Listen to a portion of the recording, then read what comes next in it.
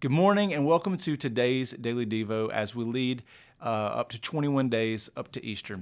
Today's passage comes from John chapter 18 verses 28 all the way to the next chapter of John 19 verse 16. I would encourage you to read that on your own time.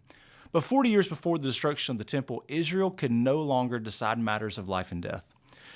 Josephus, the Jewish historian, tells us that the first Roman governor over Palestine was sent as a leader who had the power of life and death put into his hands by Caesar. While this is true that the Jewish religious ruling class did take matters into their own hands, as was the case with Stephen, the only way that they could legally execute someone was through the Roman system. Because of their hatred for Jesus, the Jewish leaders abandoned every principle they had. They even claimed that they had no king other than Caesar, which would have been something that none of them believed and went against all of their religious customs.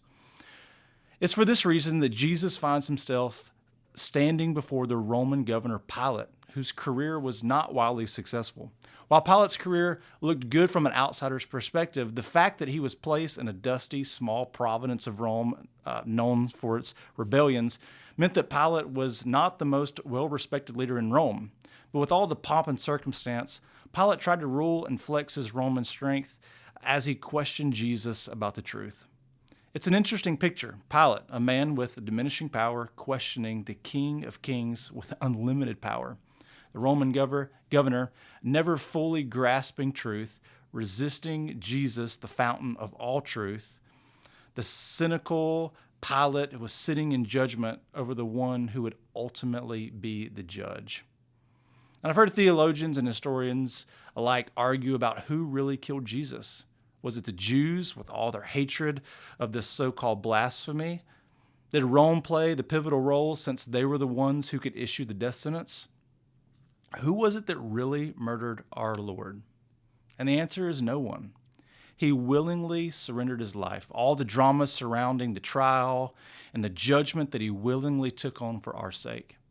Remember, redemption was God's idea. He set this whole plan in motion, and it's hinted towards it in the scriptures.